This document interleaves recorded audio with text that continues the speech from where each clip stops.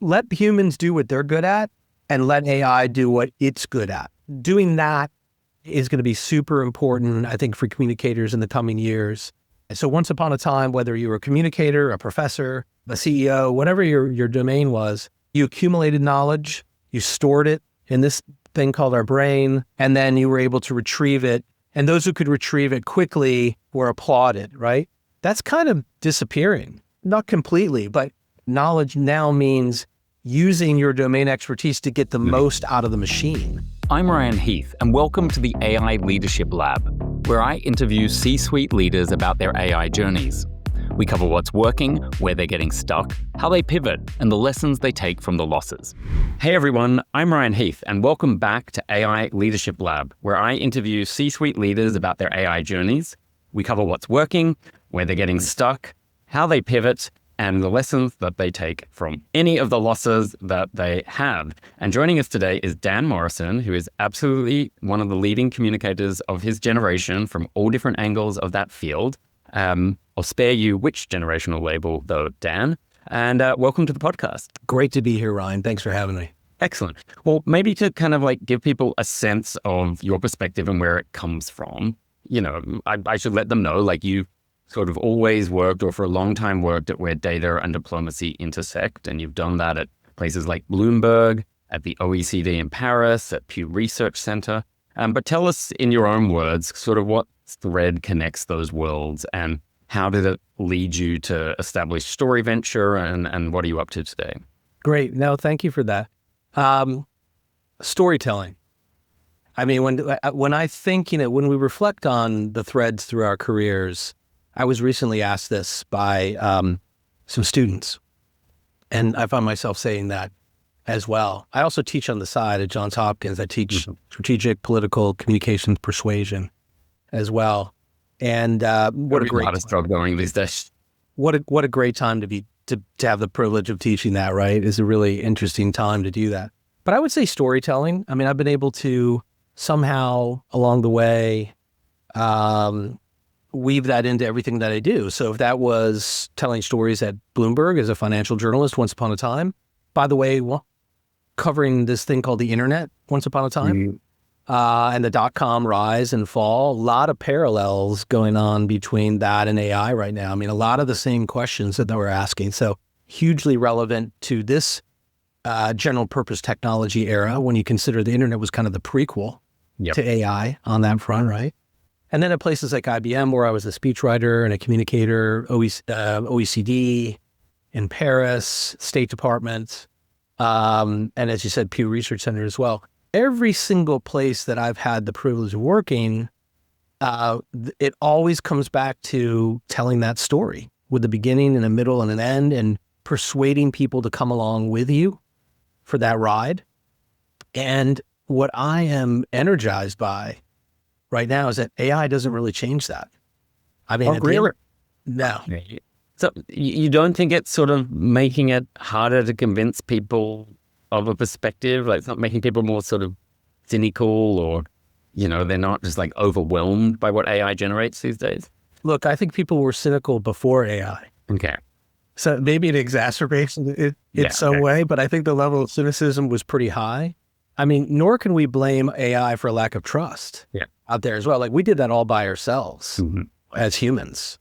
So we can't totally blame AI for that. But what I mean by that is I was giving a lecture recently at a European university and the audience was faculty. And they were asking me, hey, Dan, what doesn't change in the classroom when it comes to AI? And I found myself saying storytelling as well. Why? What do I mean by that? Certainly AI can help storify something with images, with research, right? What it doesn't do yet, and I hope it never does, what it doesn't do yet is it doesn't make the speech giver, the person, the human doing the speaking, they're not off the hook to tell a good story.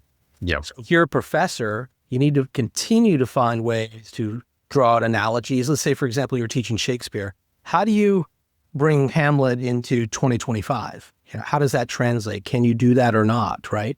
Can you tell stories with a beginning and a middle and an end? Can you weave in personal anecdotes along the way? I actually think it puts more pressure on storytellers to tell a good story, an authentic story. So I'm encouraged by it. And is there sort of any sense, or maybe talk about your own personal practice, how stories get told and trusted? Like the pressures on people to make sure that happens. But do you see people using AI in particular ways to develop or refine the stories? I've got a personal bugbear where I think people are idiots if they use AI to make the first draft of things. It's like, I think you need an original thought, and the AI is great at your second draft, or it's great at editing, but like, don't outsource your original thinking. Like, what is it like for you when you think about developing a story? I think that's right. I think I would tend to agree with you. Like, so people often say AI can't be your final draft, right? Yeah. A human has to look at that and nurture it and massage it. But I agree with you. Maybe it shouldn't be your first draft either. It should be somewhere in the middle. So I find that, right? I also find that storytelling hasn't really changed in about 2,000 years. And I'm talking about people like Aristotle and the concept of ethos and pathos and logos. Yep. Right? Your credibility when it comes to ethos, your ability to tap emotion when it comes to pathos, and your ability to weave in logic and reasoning. I would call that critical thinking today, right? That hasn't changed in 2,000 years.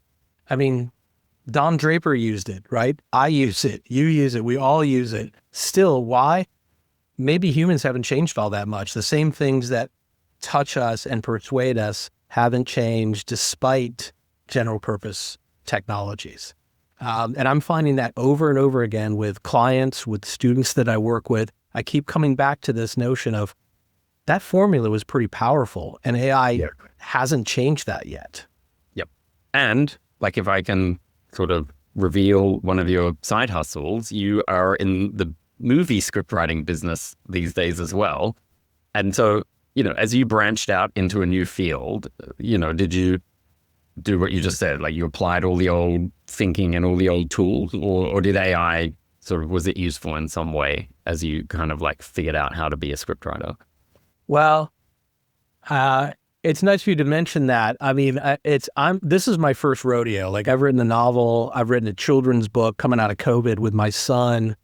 I was encouraged to write a second novel on the back of the first one, which I did. And then I was encouraged again to write it as a screenplay. I had never done that.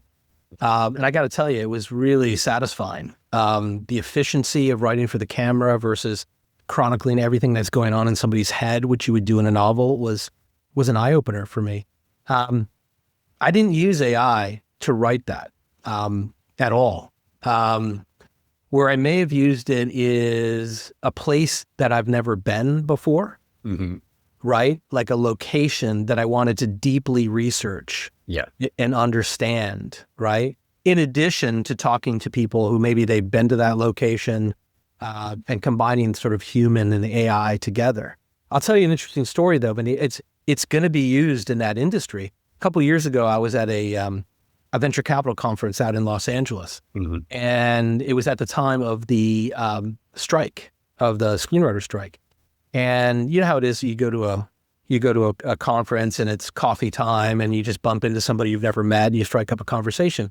Well, the guy that I started to talk to, turns out he's an out-of-work scriptwriter in Hollywood. And I said, "What are you doing here?" And he said, "Well, I'm a lifelong learner. I just wanted to learn about this industry," right? And we got into this discussion about how it's going to be used or not used. And it was really interesting to hear him say he gets benefit. It doesn't write it for him. He's the same way. Like, there's an element of laziness that can come through there, but also you don't want to lose your creative instincts, right? Yeah. But for him, he thought it was quite interesting when it came to like a plot fork, for example, or character development. Yeah, maybe you've got this character that you're writing about and you hate them. You just want to get them out of the script, or you fork it in some way, and it can combat. I can see how it could combat writer's block, for example. Yes, writer's block, where if you're stuck, like you're either stressed, you're burned out. Like, writer's block comes from somewhere. Like it's it's not this kind of mythical neutral thing that a lot of people talk about, in my experience anyway. And you just need some nudge from something. Like why not AI? Right. And what I find with writing, I guess, and storytelling is, again, really important to not have it do the work for you, but it can trigger a thought. Yeah.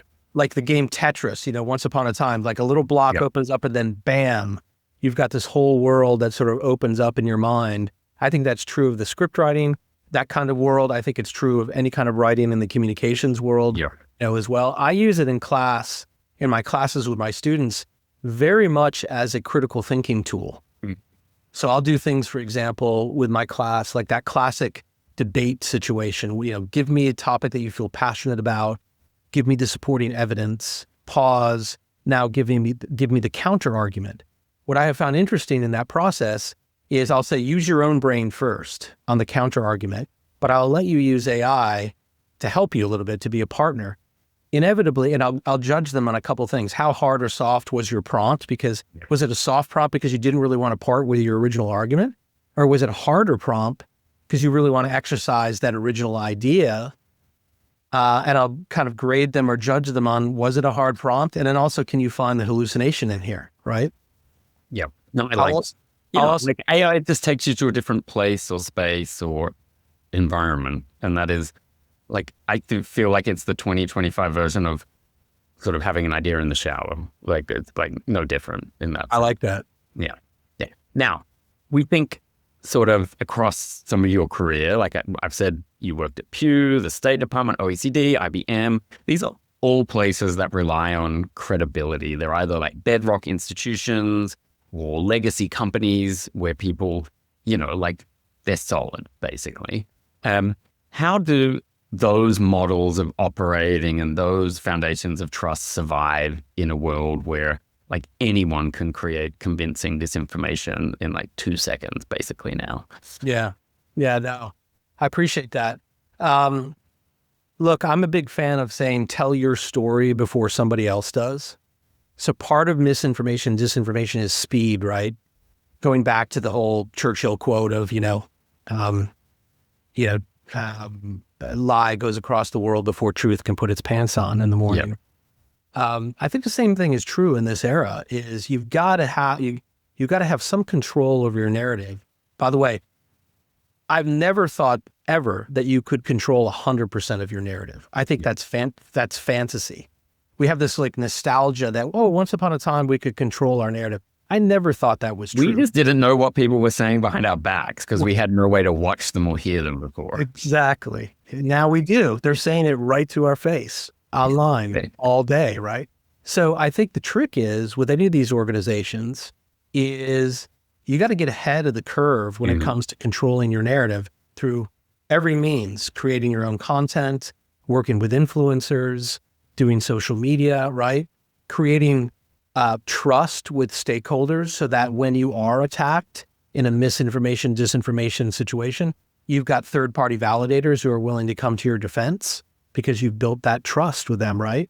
When I was at Pew, we did something called, this is a comment about transparency, right? At Pew Research, which is in every report, we put something on there that said how we did this, like in the methodology. So it was clearly transparent. So if somebody wanted to attack the methodology, it's there for everybody to see, right?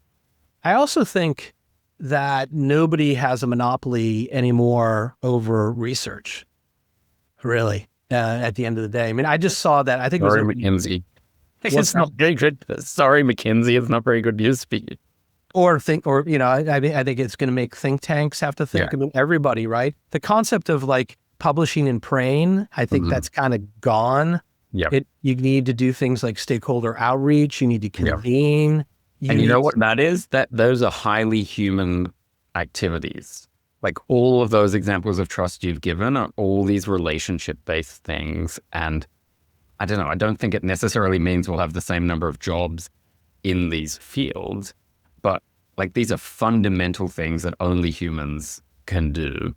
And, it kind of makes any human who can do those things much more valuable, in my opinion. Exactly. And it's going to be exacerbated by, even this week, OpenAI came out, I don't know if you saw it, came out with an announcement that they're creating some sort of AI researcher. by September of next year. Okay. Which like go off and do research. Now, I hope there's... Love them and trust but verify is my approach to... I'll believe it when they actually deliver. Exactly. I mean, I hope there's a human at the end of that chain, obviously.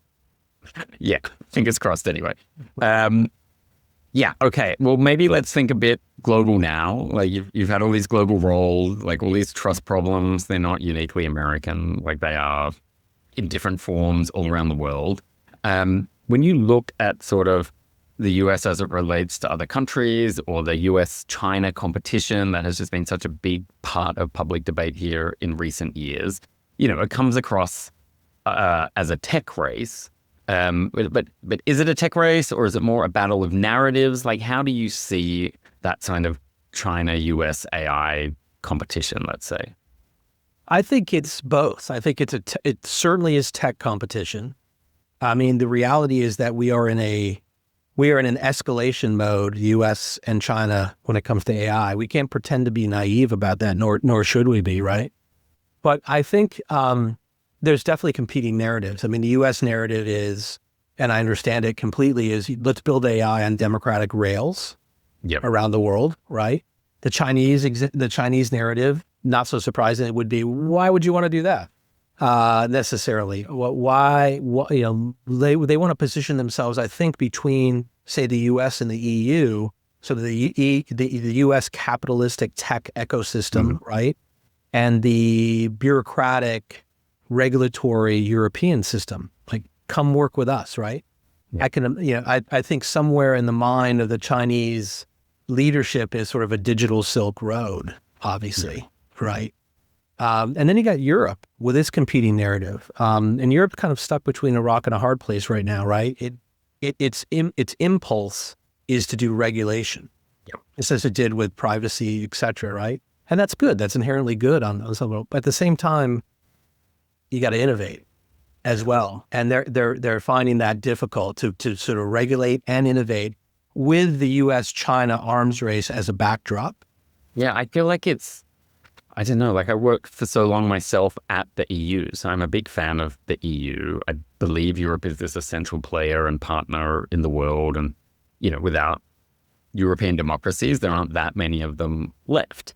At the same time, I feel like, wow, we're just making the same mistakes as the internet era in Europe and it's not that Europeans themselves are not innovative, but like even when I talk to my own friends, it's like my use of AI on a daily basis is different to their use of AI. The way we talk about AI is quite different. And it's one of those things, if you don't like just be diving in and using it and failing and going, okay, that was a mistake, but whatever, we're going to figure out a new way. Like you just get left behind. And I feel like they're getting left behind again. It's also, they've got two bills that are coming due right now that they didn't anticipate. And one is defense spending for all the reasons we know. And then the second is AI expenditure on infrastructure. And so these are two bills that Europe didn't anticipate in the backdrop as well. So there's competing technology and there's competing narratives. I think it's going to be interesting to see this out. I mean, I think China may have, there's certain advantages that the US and China have. Yeah, China has, the ability, it has infrastructure advantages. Yeah. It has scale advantages. I think it's interesting to consider. And trust is the surprising one. A lot of people don't clock, actually. Which one? Trust. Because China, for better or worse, is a relatively high trust environment because it's a controlled information environment. People are told to trust the government, whether they love it or not. Most roughly do trust the government. So they adopt things quickly when they're told to adopt them or they're forced to adopt.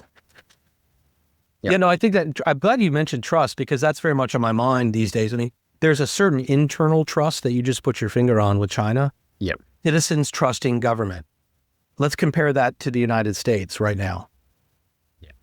Right? That's a stark chasm there between the two, right?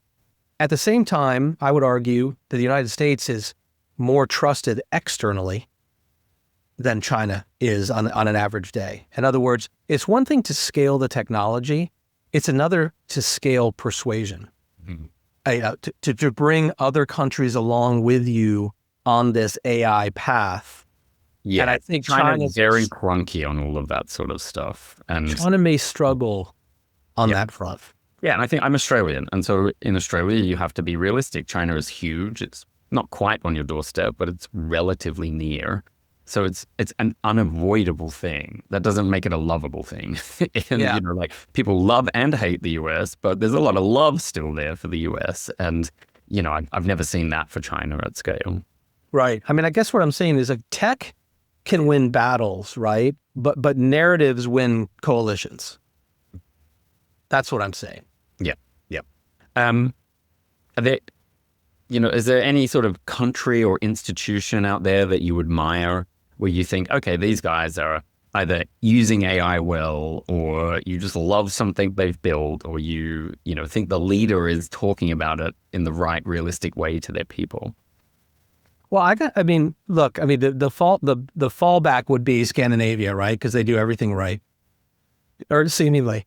Because they do everything right, but it's also, you know, they're very manageable populations, 5 million here, 5 million there, right? I think Finland, this is not a new concept. I think Finland's doing very interesting things on combating misinformation and disinformation. Going back to that, if you're aware of that example, basically from the Second World War on, they have an 800-mile border with Russia. Those two countries haven't gotten along historically. Right. And so consequently, they've got a program that they've had for decades whereby students from K through 12, you know, all the way through school are being taught how to interpret and peg misinformation and disinformation. That's a very enviable thing. Could you do that in other countries like the United States? I think we might struggle. We're kind of like 50 countries within one country right now, politically and with our polarization, right? I like the direction in many ways that we're going in the United States. I mean, we have decided that AI, we're not wringing our hands in terms of wither AI. We've taken the plunge. We're putting investment behind it as well. We're trying to figure out the energy equation, which we all know is an issue. Hopefully fusion comes on strong. You know, I know it's always been just out there, you know, for decades. I think we're probably closer than ever on the fusion front. So I feel like collectively, as a country, we're trying to move, despite our polarization, in the right direction. Yep. And in many ways, it's a welcome distraction from some of that polarization every now and then. We're getting close to time. You know, AI is obviously transforming a lot of tasks. I think it's probably going to require a lot of communication teams to rebuild themselves.